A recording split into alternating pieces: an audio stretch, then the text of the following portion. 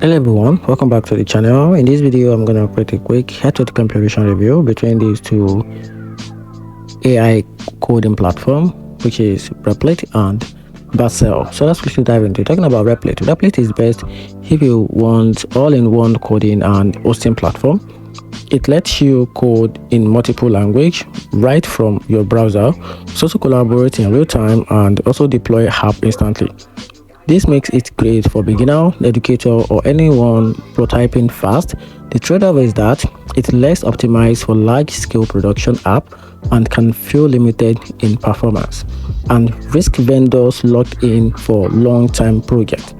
Vercel, on the other hand, excel at production-ready front-end and serverless deployment, with features like automatic Git integration, edge performance, and a deep optimization for framework like Nest.js.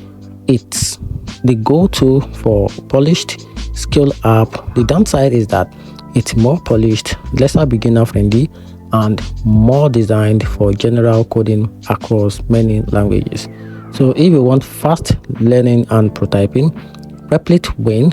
So if you need serious web app development, Vercel is the best choice. And that's it. Hope you find the video helpful. Turn on the notification button and subscribe for more review.